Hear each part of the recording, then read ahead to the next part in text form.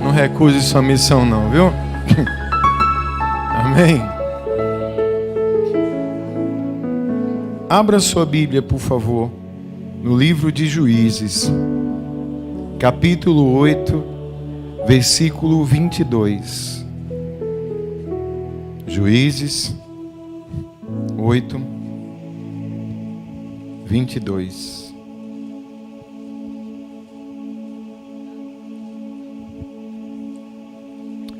Quem for achando, diz amém. Você não encontrou, a nossa mídia já localizou, já está na tela. O texto diz assim: os israelitas disseram a Gideão: reine sobre nós, você, seu filho e seu neto, pois você nos libertou das mãos de Midian. Não reinarei sobre vocês, respondeu-lhe Gideão. Nem meu filho reinará sobre vocês. O Senhor reinará sobre vocês. E prosseguiu: só lhes faço um pedido, que cada um de vocês me dê um brinco da sua parte dos despojos. Os ismaelitas costumavam usar brincos de ouro. Eles responderam: de boa vontade os daremos a você. Então estenderam uma capa, e cada homem jogou sobre ela um brinco tirado dos seus despojos. O peso dos brincos de ouro chegou a 20,5 kg, sem contar os enfeites, os pendentes e as roupas de púrpura que os reis de Midian usavam e os colares que estavam no pescoço de seus camelos. Gideão usou o ouro para fazer um manto sacerdotal que ele colocou em sua cidade, em Ofra. Todo Israel prostituiu-se, fazendo dele objeto de adoração, e veio a ser uma armadilha para Gideão e sua família. Amém? Espírito Santo, fale conosco. Espírito Santo, nos dê a tua direção. Faz, Senhor, não aquilo que queremos, mas faz aquilo que o Senhor sabe que estamos precisando. Declaramos a nossa total dependência de Ti. Que a Tua palavra ministrada nessa noite venha aos nossos corações e gere o milagre necessário para a glória do Senhor. Agradecemos já por tudo em nome de Jesus. Amém. Podem sentar-se, amados. Não recuse a sua missão. Irmãos, acredito eu que boa parte aqui já tem ouvido falar de Gideão. Gideão, ou Jerubaal, ele era um juiz aqui nesse período da história de Israel. O cargo de juiz não é como a gente entende de juiz hoje, mas era aquele que o Senhor nomeava sobre uma das suas tribos, um juiz. Ele tinha uma responsabilidade sacerdotal e ao mesmo tempo administrativa. Foi no período que as 12 tribos de Israel começaram a se organizar e cada uma dessas tribos tinha um juiz. Gideão liderava uma das tribos, Ismael, e o que aconteceu é que uma turma chamada Midianitas, eles invadiram lá essa tribo e viviam saqueando, atormentando. A história mais famosa dele é essa.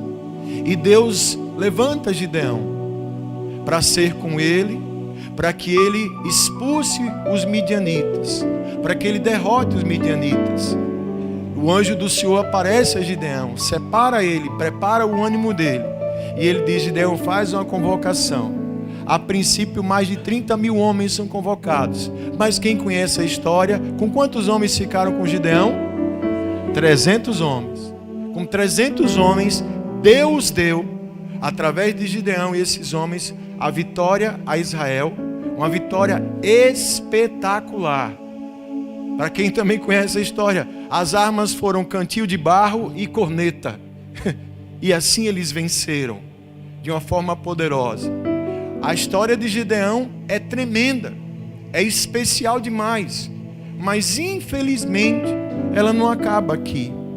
Infelizmente, o texto que a gente acabou de ler é um desfecho triste.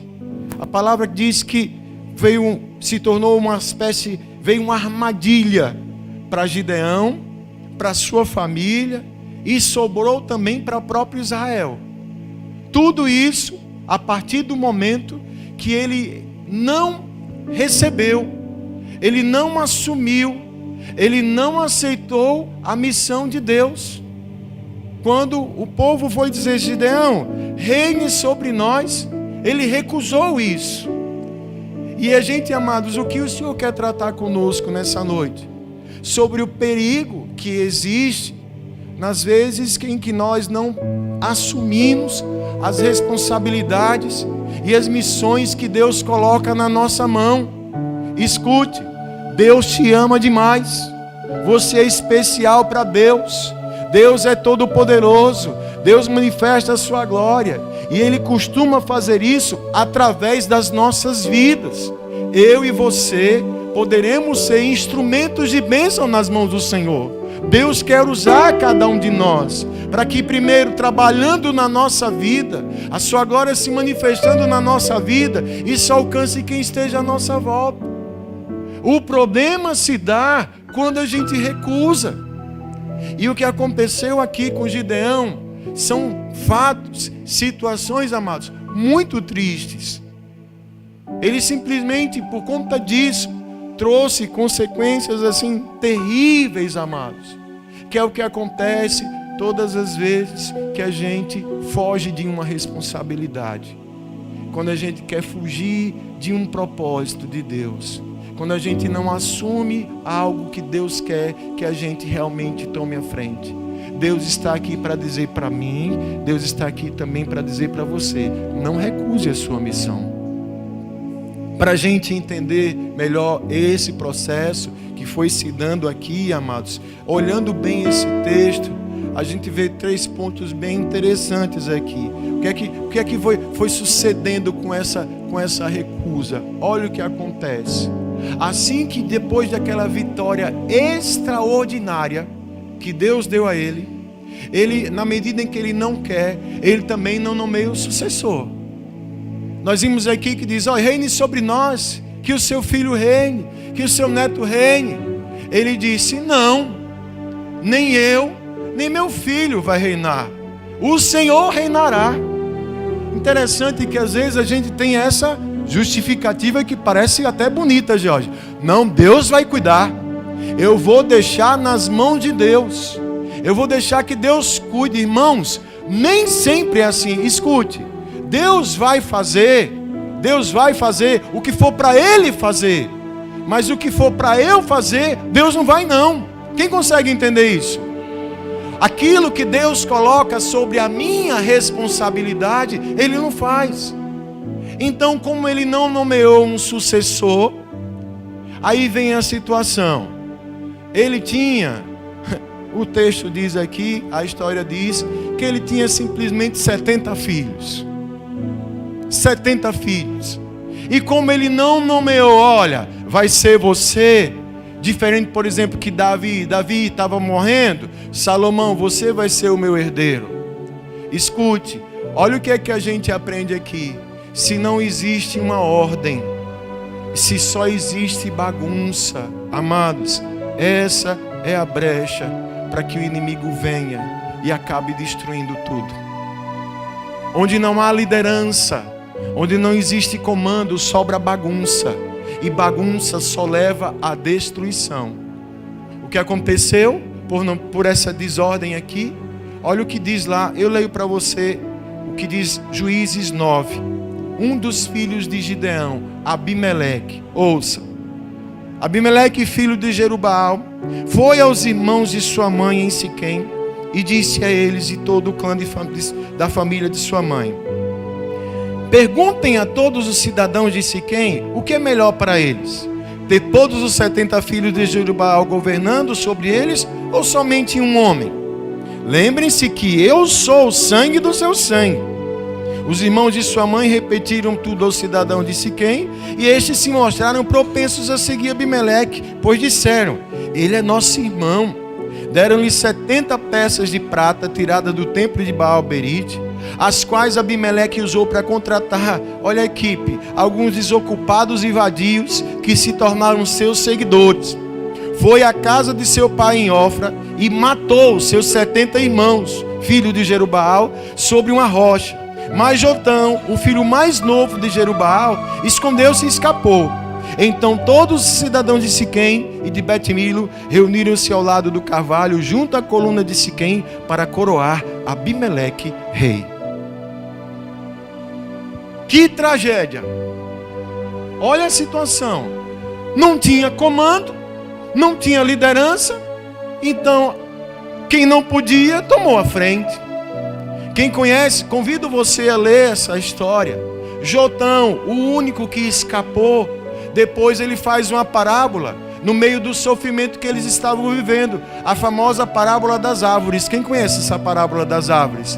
Diz que as árvores se reuniram para escolher para elas um rei.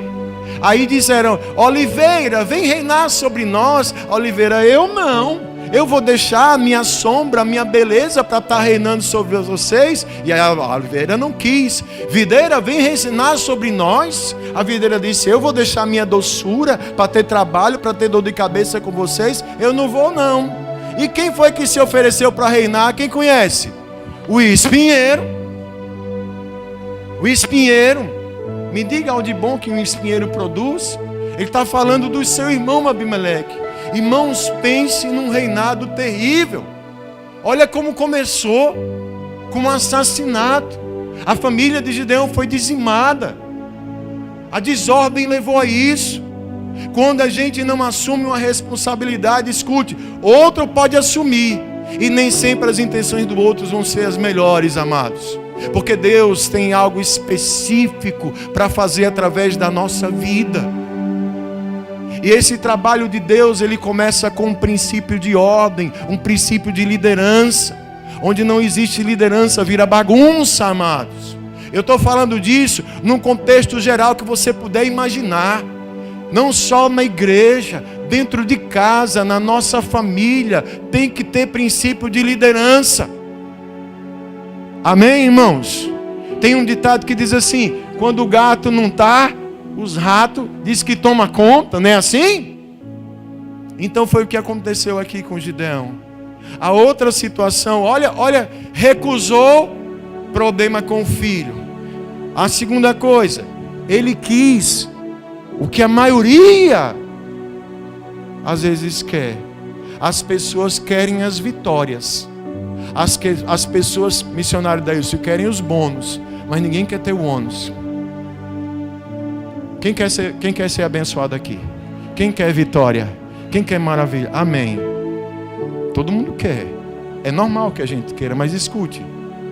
Tudo isso em Deus tem um custo. É o sacrifício, é o trabalho, é o compromisso, é a responsabilidade. Gideão não. O que é que ele diz aqui? No versículo 24, ele diz que Deus vai reinar sobre eles. Mas diz assim: mas eu só faço um pedidozinho para vocês. Me dê seus brincos de ouro. Bestinha ele, né? Me dá seus brincos de ouro. O pessoal, de bom grado a gente te dá. Se eu não me engano, 20,5 kg de ouro. Ó, para isso, fez uma roupa sacerdotal. Ali, assumindo aquela... Isso deu um problema que o povo começou a adorar, Robervan, a roupa de ouro. Israel se prostituiu por causa disso. Porque Gideão, ele não queria responsabilidade, mas ele queria a bênção. Ele queria o prestígio.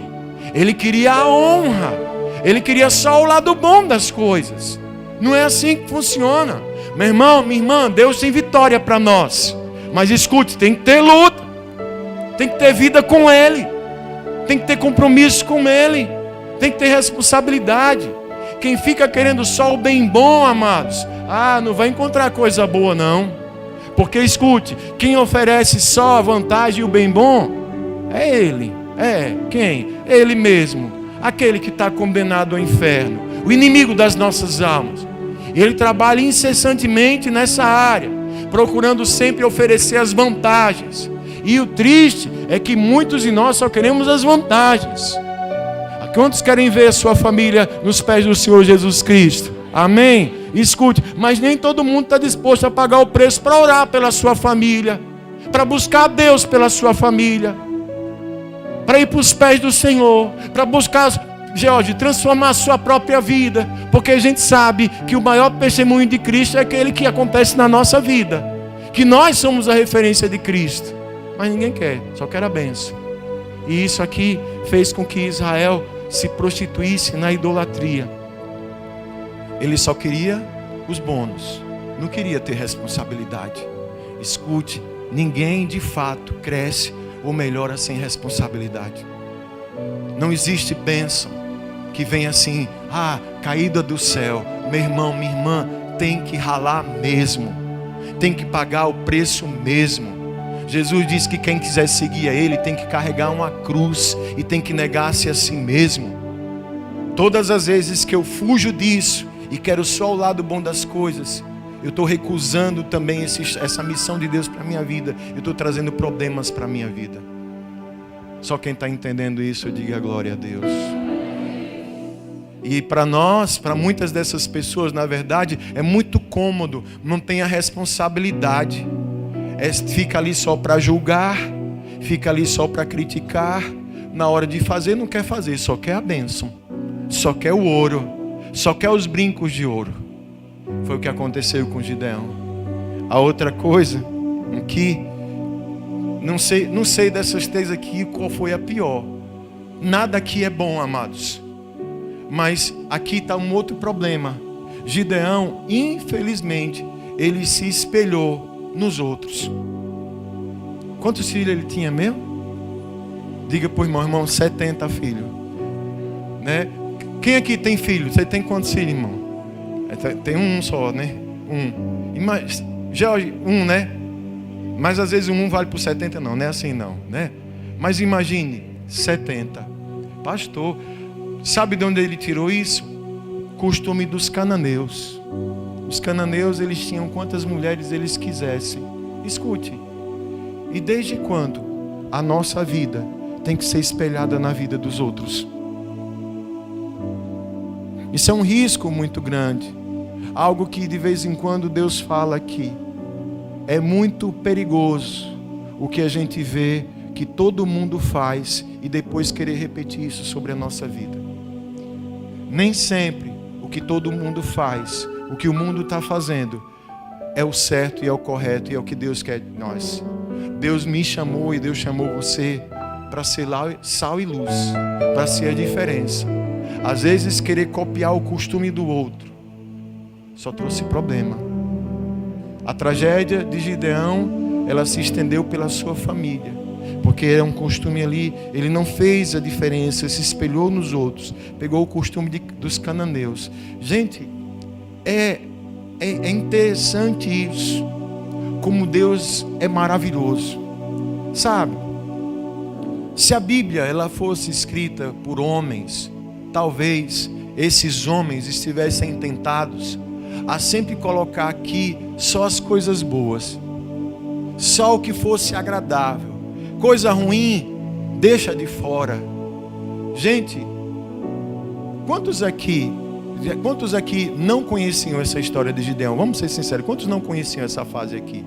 Olha, não conhecia. Porque a gente ouve muito o dos 300, dos valentes. Mas isso aqui está, amados, registrado como um alerta do Senhor para a nossa vida. Para abrir os nossos olhos, entendendo que toda vez que a gente foge de uma responsabilidade que Deus nos dá, nós estamos correndo sérios riscos. O desfecho de Gideão com a sua morte foi muito triste.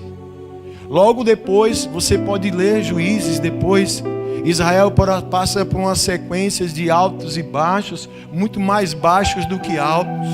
O povo estava todo corrompido. Abimeleque foi um rei terrível, amados. Muito triste isso. Por quê? Porque lá atrás, simplesmente, Gideão recusou-se a assumir uma responsabilidade. Quantos estão entendendo essa palavra?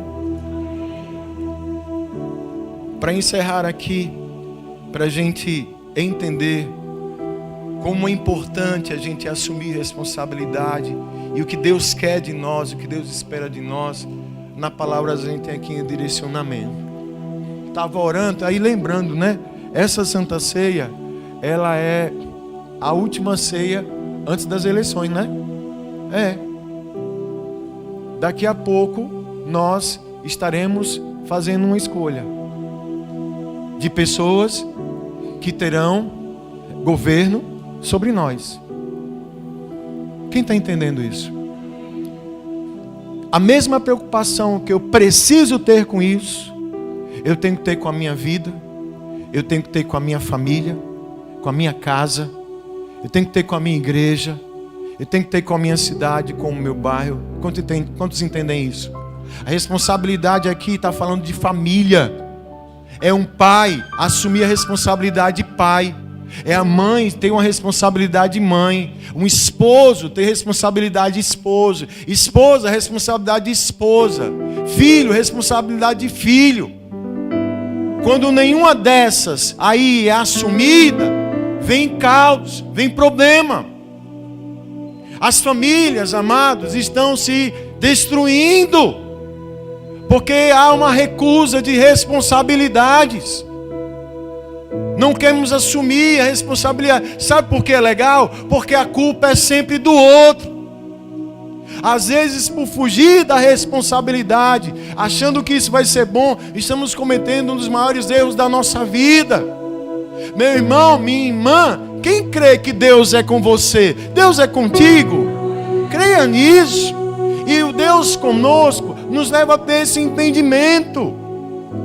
Jesus vai salvar a minha família, amém. Mas Ele vai salvar a nossa família através de algo. É de mim e de você. Quando eu jogo tudo para Deus, se a coisa não dá certo, eu tenho muita facilidade, inclusive, embora não admita, de culpar até Deus. Se o meu casamento acaba, eu tenho muita facilidade de culpar o outro, porque eu não assumi a responsabilidade. Se a minha cidade está ruim, se o meu bairro está ruim, se o meu país está ruim, eu vou jogar a culpa em quem? Quem está lá em cima. Aí eu pergunto, quem foi que botou esse povo lá em cima? Ah, mas eu não votei em ninguém. O que é isso, senão uma fuga de responsabilidade? E nessa fuga de responsabilidade, sem imaginar, não temos a proporção das consequências ruins que vêm para a nossa vida. Irmãos, tudo isso precisa e começa dentro da nossa casa. Princípios, valores da palavra de Deus. Princípio de liderança. Deuteronômio 28:13. O Senhor fará de vocês a cabeça das nações e não a cauda, se obedecerem os mandamentos do Senhor, do seu Deus, que hoje lhes dou, e os seguirem cuidadosamente, vocês estarão sempre por cima e nunca por baixo. Antes que você entenda errado, como eu já vi muitas vezes pessoas pregarem errado isso aqui, não está dizendo que Deus vai querer você falar, você vai ser melhor do que os outros. Colocar aqui Israel como cabeça, está falando numa condição de influência e de liderança. Porque só conduz quem paga o preço de ir à frente. E para ir à frente, aqui essa promessa do Senhor vem condicionada à obediência à sua palavra. Então Deus nos chama para tomar a frente da nossa família. Amém, irmãos? Deus nos chama para tomar a frente assim, de onde Ele nos coloca, segundo a sua palavra. Quem está entendendo isso? Um outro princípio é o comando dele sobre a nossa vida. Deus deseja, seu propósito é estabelecer o seu reino. Como é que diz a oração? Venha a nós o vosso reino. Reino é o que, irmãos? Domínio, comando, direcionamento de Deus para a nossa vida. E o reino de Deus precisa se manifestar em quem? Venha quem? A nós o teu reino. O reino de Deus se manifesta em mim, se manifesta em você, a partir do momento que eu aceito a Cristo, aceito o chamado do Senhor Jesus Cristo para a minha vida, para a salvação em primeiro lugar e para uma vida nova, para uma vida diferente, para cuidar, para conduzir, irmãos. Inclusive, é princípio de autoridades. Provérbios, vai lá falar, Provérbios 8, 15 e 16. Por meu intermédio, os reis governam e as autoridades exercem a justiça. E também por meu intermédio, governam os nobres e todos os juízes da terra. Quem está falando isso aqui é o Senhor.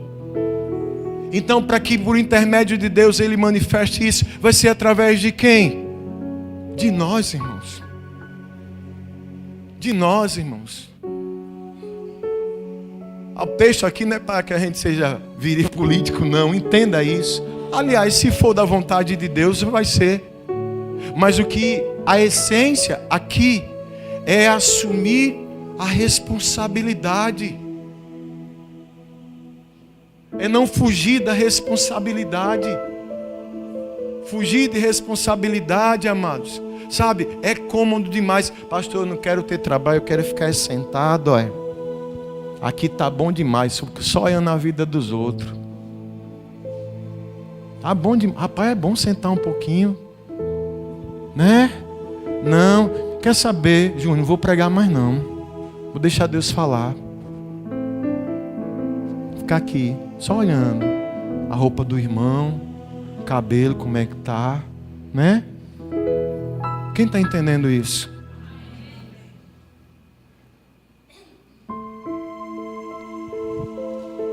Existe um chamado universal da parte de Deus para a nossa vida, para a salvação.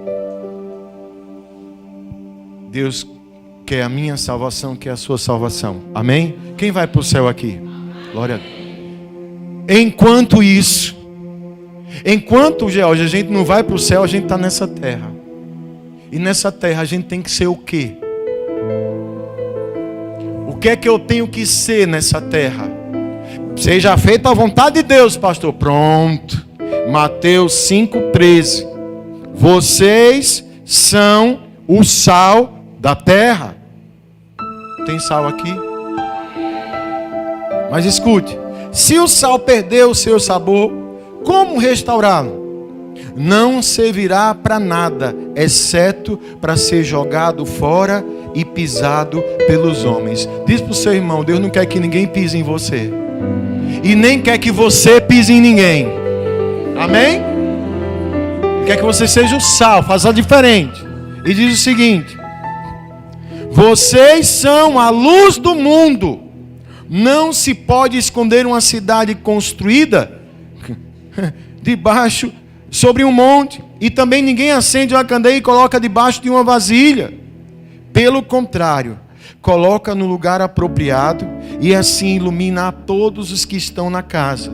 Assim brilha a luz de vocês diante dos homens, para que vejam as suas boas obras e glorifiquem ao Pai de vocês que está no céu. Deus chamou você para ser luz. Deus chamou para você ser sal. Não recuse isso, não. Não diga não para isso.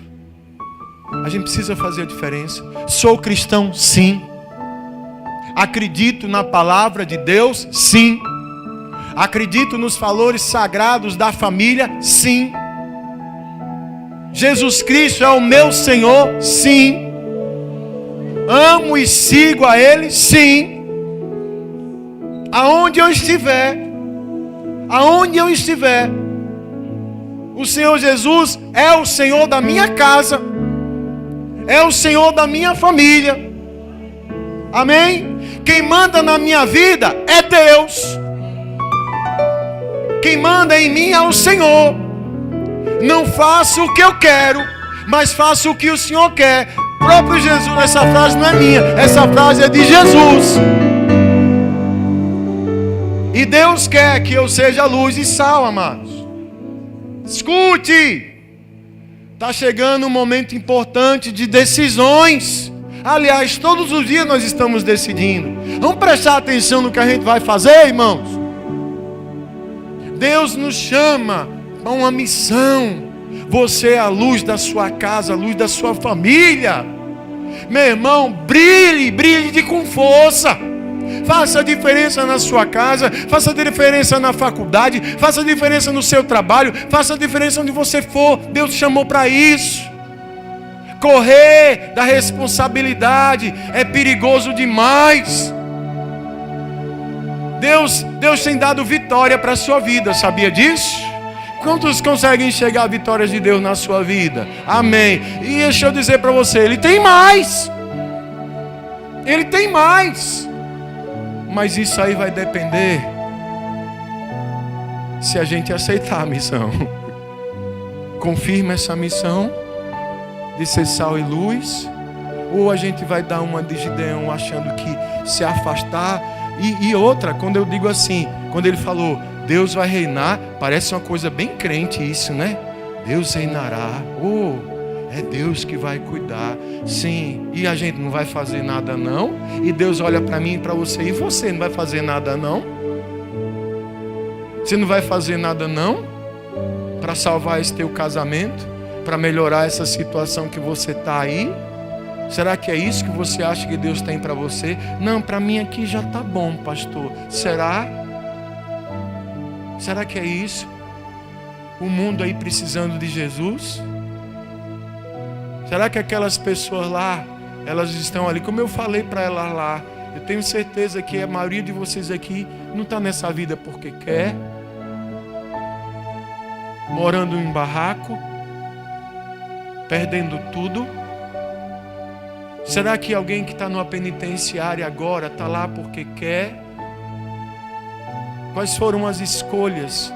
Quais foram as decisões que a gente tem tomado na nossa vida que faz com que a gente reflita um pouquinho sobre isso aí? Todas as vezes que a gente foge de um compromisso com Deus, todas as vezes que a gente foge de uma responsabilidade com Deus, a gente está pagando um preço muito alto. O resumo dessa palavra é esse. Quando eu me sento num trono de acomodação e de santidade, entre aspas, e me isento das minhas responsabilidades, jogando tudo para Deus e jogando tudo para os outros, eu estou correndo muitos riscos. Deus me chamou e chamou você, meu irmão, para ser sal e ser luz. Não se coloca uma vela embaixo, não, tem que colocar num lugar alto para iluminar. Não se coloca uma cidade edificada baixo, não, tem que estar num lugar. Escute, o mundo precisa ver Jesus, e o mundo precisa ver Jesus em mim e em você. Para isso, no bom sentido, a gente tem que se amostrar, mostrando Cristo, mostrando a nossa vida em Cristo. Somos perfeitos? Estamos caminhando, mas perfeito é aquele que está em nós, aqueles que nos chamou para uma missão. Deus tem mais, Deus quer mais, mas eu preciso assumir essa missão, essa responsabilidade. E aí sim, Deus comigo, Deus com você, vai dar a cada um de nós a força que a gente precisa para que seu propósito se manifeste. Amém? Tem luz aqui? Tem sal aqui? Pergunte para o seu irmão, irmão, você recebe essa missão?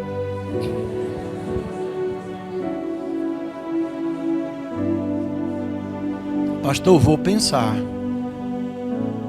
Veja bem. Diga para o seu irmão, Deus está vendo. Diga, como diz o irmão Rafael, está tudo escrito, está tudo anotado. Amém? Você fique em pé no seu lugar, por favor.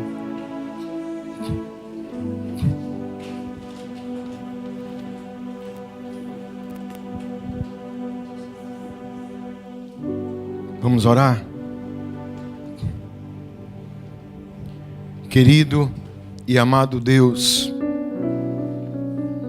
em nome de Jesus, nós te louvamos, nós te glorificamos pela tua palavra. Só o teu Santo Espírito é que pode penetrar no fundo da nossa alma, da nossa mente, e na medida que nós permitimos, o Senhor pode nos tratar. Amém. Vimos aqui nessa noite, Deus, uma triste história, um desfecho lamentável na vida de um homem que foi, no início, usado de uma forma poderosa e extraordinária para trazer libertação ao seu povo. Meu Deus, que essas lições venham nos tratar.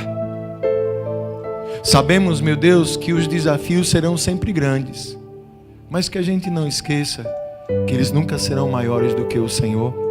É o Senhor quem nos chama. Meu Deus, em nome de Jesus, nos dá esse entendimento. Que haja, meu Deus, na nossa vida, na nossa família, os princípios do Senhor, de ordem, de liderança, de responsabilidade, de compromisso, Deus. Que cada um possa olhar para dentro de si e ver o que falta e o que precisa ser feito. Meu Deus, nos perdoe pelas vezes que só queremos as bênçãos, que só queremos a vitória e não queremos o compromisso, não queremos as responsabilidades. Meu Deus, nos perdoe pelas vezes que temos copiado o mundo, que o mundo acabou se tornando referência. E tua palavra vai dizer que nós não podemos amar o mundo nem o que nele está. O mundo jaz do maligno. Que possamos, Deus, diante desse entendimento, ser aquilo que o Senhor quer que cada um de nós seja. A cabeça, no sentido da liderança, da responsabilidade, de sermos, Senhor, os portadores do Teu reino, os propagadores do Teu reino, da Tua justiça, de sermos a luz e o sal, sermos a diferença. Não temos medo de colocar a nossa cara para bater, não temos medo de anunciar o Teu Evangelho, não temos vergonha de sermos Teus filhos e sermos a diferença. Eu quero orar, Pai, por cada vida aqui nessa noite, por cada família aqui representada nessa noite, que cada um receba essa missão do Senhor e assuma esse compromisso no seu lar, com a sua família, com os seus filhos, com a sua própria vida, aonde ele mora, na sua cidade, no seu bairro. Meu Deus, que possamos ser luz, ser esse sal, em nome de Jesus, Pai. A minha oração é essa, que Teu Espírito Santo nos leve ao entendimento, para termos fé e coragem de assumir essa missão do Senhor, para que a glória e a honra do Senhor sejam declaradas sobre a nossa vida, em nome de Jesus. Amém. Amém.